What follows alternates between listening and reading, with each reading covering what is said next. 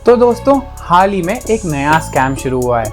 अब ये स्कैम क्या है और इससे आप कैसे बच सकते हो वो आज हम इस वीडियो में जानेंगे। तो दोस्तों मैं हूं Kalpesh, welcome to the channel.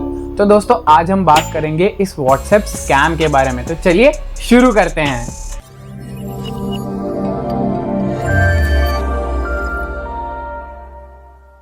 दोस्तों व्हाट्सएप ये ना आजकल हम बहुत ज़्यादा यूज़ करते हैं। इतना ही नहीं, ये एक हमारी लाइफ का ना इम्पॉर्टेंट हिस्सा भी बन चुका है। फिर वो दोस्तों से चैटिंग करनी हो या घर वालों से वीडियो कॉन्फ्रेंसिंग करनी हो या फिर आपको बिजनेस से रिलेटेड कुछ कम्युनिकेशन करना हो, हम व्हाट्सएप तो हर कोई यूज़ करता ही है। दोस्तों ये स्कैम कैसे होता है मैं ये बताऊं, उसके पहले मैं ये बताना चाहूँगा कि ये स्कैम एक्चुअल में क्या चीज़ है। होता यह है कि आपके व्हाट्सएप का एक्सेस ले लिया जाता है और उस व्हाट्सएप के चलते आपके फ्रेंड्स और फैमिली मेम्बर्स के पैसे चुरा लिए जाते हैं और ये पूरी प्रोसेस सिर्फ एक मिस कॉल के थ्रू होती है।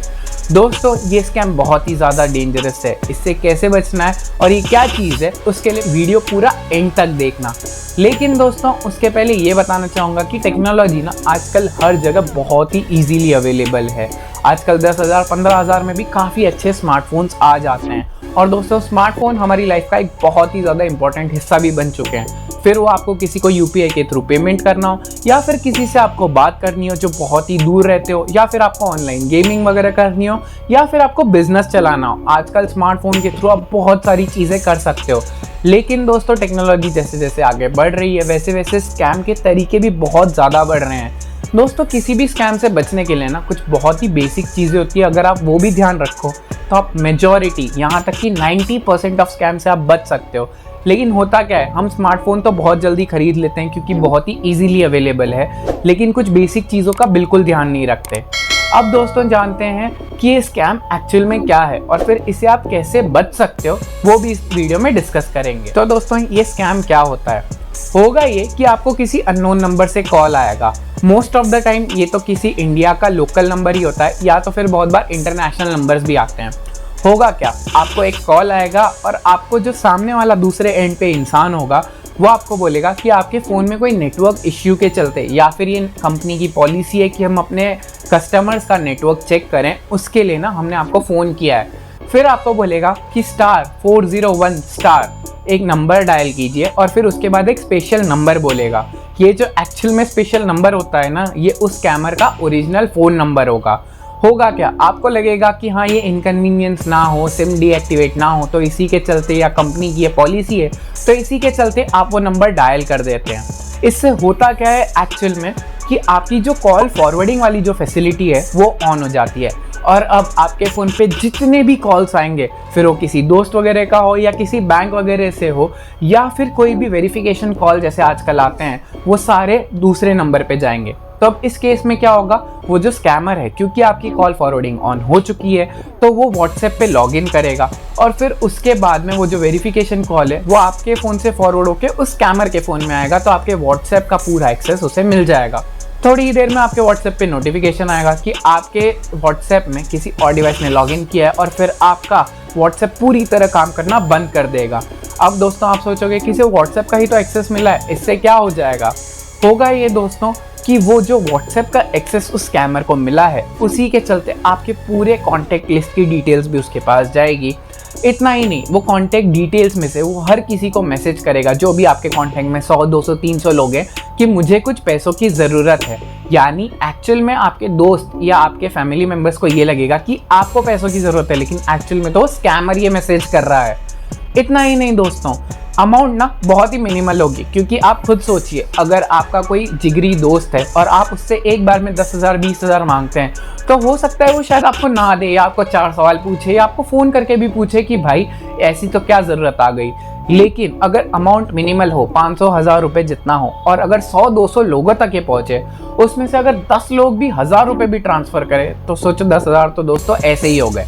इसलिए दोस्तों अमाउंट मिनिमल होती है लेकिन नंबर ऑफ कॉन्टैक्ट्स बहुत सारे होते हैं। अब इसमें ना 2 तरह के लोग होते हैं। एक तो होते हैं कि ऐसे सारे मैसेजेस को ना या तो वो इग्नोर कर देते हैं या तो फिर फ़ोन करके ही पूछ लेते हैं कि भाई तेरे को सही में ज़रूरत है, ठीक है मैं भेज देता हूँ करके।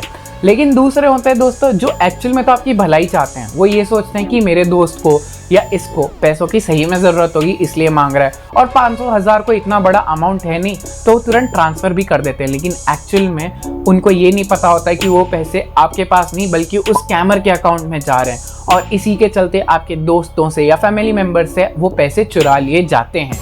अब दोस्तों ऐसा ही एक स्कैम ना फेसबुक पे भी बहुत सालों से चला आ रहा है। कोई आपका दूर दराज का दोस्त या आपको ऐसा लगेगा कि ये मेरा दोस्त है, और आपको मैसेंजर पे ना एक लिंक भेजा जाएगा फेसबुक के, और उसमें ऐसा लिखा जाएगा कि अच्छा मैंने आपकी ये पुरानी फ़ोटो देखी है, या फिर ये आप ही हो इस फोटो में या इस वीडियो में। उसके चलते आप उस लिंक पे टच करोगे और आपका फेसबुक का पूरा अकाउंट हैक हो जाएगा और सेम प्रोसेस वापस से होगी। अब दोस्तों आप सोचोगे कि अच्छा ये तो स्कैम हो गया, लेकिन अब इससे बचें कैसे?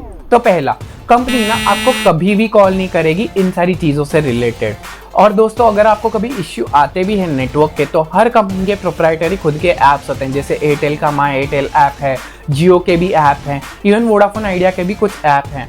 तो वो उधर ही आप जाके अपनी टिकट का या अपनी कंप्लेंट का स्टेटस देख सकते हो। अगर आपको फिर भी इश्यू आ रहा है तो इनके जो ऑथोराइज सर्विस सेंटर्स होते हैं, जो आजकल बहुत ही इजीली अवेलेबल होते हैं, 1 या 2 किलोमीटर के रेडियस में आपको मिल ही जाएंगे, आप वहां जाके इस चीज़ का कंप्लेंट रेज करो रैदर देन ऑन कॉल्स। या तो इनके ऑफिशियल नंबर पे ही कॉल करके इनसे बात करो।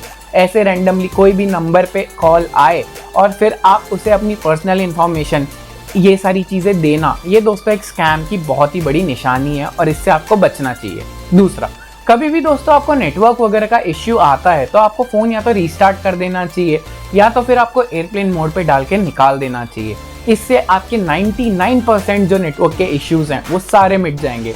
जो 1 या 2% बच भी जाते हैं ना, वो आप सर्विस सेंटर में जाके इन्हें ठीक करवा सकते हो। दोस्तों स्कैम्स तो बहुत सारे तरीके के होते हैं, लेकिन इन सब में एक चीज़ कॉमन होती है और वो होता है डर।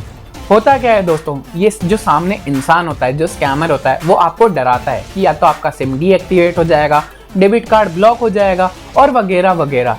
इन सब चीज़ों के चलते हमें ये इनकन्वीनियंस महसूस ना हो, इसलिए हम अपनी पर्सनल डिटेल दे देते हैं।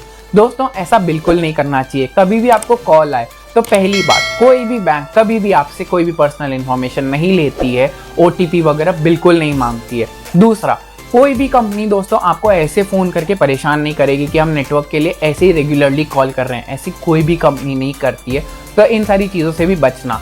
एक और चीज़, कभी भी कोई भी आपको कॉल करे तो खाली आप एक बार कोई भी इंफॉर्मेशन रिवील करने के पहले सोचना कि क्या आपने ऐसी कोई भी कंप्लेंट रेज की थी, ऐसा कोई भी इश्यू आप फेस कर रहे हो, या फिर खाली ये डरा के आपकी सारी इन्फॉर्मेशन लेना चाहता है। अगर आपको नहीं पता है तो या तो आप अपने घर में किसी को टेक्नोलॉजी के बारे में पता हो, कैसे यूज़ करते हैं या क्या क्या होता है, आप उनसे बात करिए। किसी दोस्त वगैरह को पता है तो उनसे पूछ लीजिए, या तो आप सिंपली उस चीज़ को जाने दीजिए। ज़्यादा से ज़्यादा क्या होगा, आपका डेबिट कार्ड ब्लॉक हो गया है तो सिम डीएक्टिवेट होगा। इतने में आपको करना क्या है, आपको नियरेस्ट बैंक की ब्रांच में जाना है या तो फिर आपको ऑथोराइज सर्विस सेंटर पे जाना है आपके सिम कार्ड से रिलेटेड, और फिर वहाँ जाके आपको पूछना है कि ये इसका रीज़न क्या है। ज़्यादा से ज़्यादा ये होगा कि आपको नया सिम लेना पड़ेगा या नया डेबिट कार्ड लेना पड़ेगा, जिसके चार्जेस होंगे 200 से 300 रुपये। ये 200-300 बचाने के चक्कर में आप हज़ारों रुपयों के स्कैम में फंस जाओगे, और इसी के चलते दोस्तों आपका ही नहीं, आपके आसपास में जितने भी लोग हैं उनका भी नुकसान होगा। दोस्तों अगर आपने कभी भी ऐसा कोई भी स्कैम फेस किया है, या तो कभी ऐसा हुआ है कि स्कैम होने वाला हो लेकिन आप किसी तरह बच गए हो, तो उस स्कैम को आप रिपोर्ट ज़रूर करना। उसकी साइट नीचे डिस्क्रिप्शन में ज़रूर है और इधर भी लिखी हुई है। दोस्तों अब आप सोचोगे कि मेरे एक की रिपोर्ट करने से क्या होगा, लेकिन आप खुद सोचिए, इंडिया की इतनी बड़ी पॉपुलेशन है, एक एक करके भी हम अगर ये सारे स्कैम्स को रिपोर्ट करते हैं जो भी हमारे साथ होते हैं या कोशिश होती है, तो हो सकता है कि शायद ये सारे स्कैम्स पूरी तरह बंद ना हो, लेकिन काफ़ी हद तक कम तो हो ही सकते हैं। और इसी से दोस्तों हो सकता है कि इंडिया में टेक्नोलॉजी का यूज़ काफ़ी अच्छे लेवल पे हो। तो ये वीडियो जल्दी से अपने दोस्तों में और अपने फैमिली मेम्बर्स में शेयर कर दीजिए। खास करके अपने पेरेंट्स और ग्रैंड पेरेंट्स वाले जितने भी एज वाले लोग होते हैं वो इस स्कैम में इजीली फंस जाते हैं, क्योंकि उन्हें टेक्नोलॉजी इतनी अच्छे से समझ में नहीं आती है और उन्हें लगता है कि सामने कोई जेन्युइन इंसान है, और उसी के चलते उनकी जो भी कमाई हुई सेविंग्स होती है या जो भी पैसा होता है वो सारे स्कैम्स में चले जाते हैं। आई होप आपको इस वीडियो से कुछ सीखने मिला होगा, कुछ जानने मिला होगा। अगर आपको वीडियो अच्छा लगा है तो लाइक कर दीजिए, दोस्तों के साथ शेयर कर दीजिए। अगर आप चैनल पर नए हो तो चैनल को सब्सक्राइब कर दीजिए और बेल नोटिफिकेशन ऑन कर दीजिए, ताकि आपसे आने वाली वीडियो की नोटिफिकेशन मिस ना हो। अंटिल नेक्स्ट टाइम दोस्तों, सेफ रहना और ये बात हमेशा याद रखना कि ज्ञान बांटने से बढ़ता है।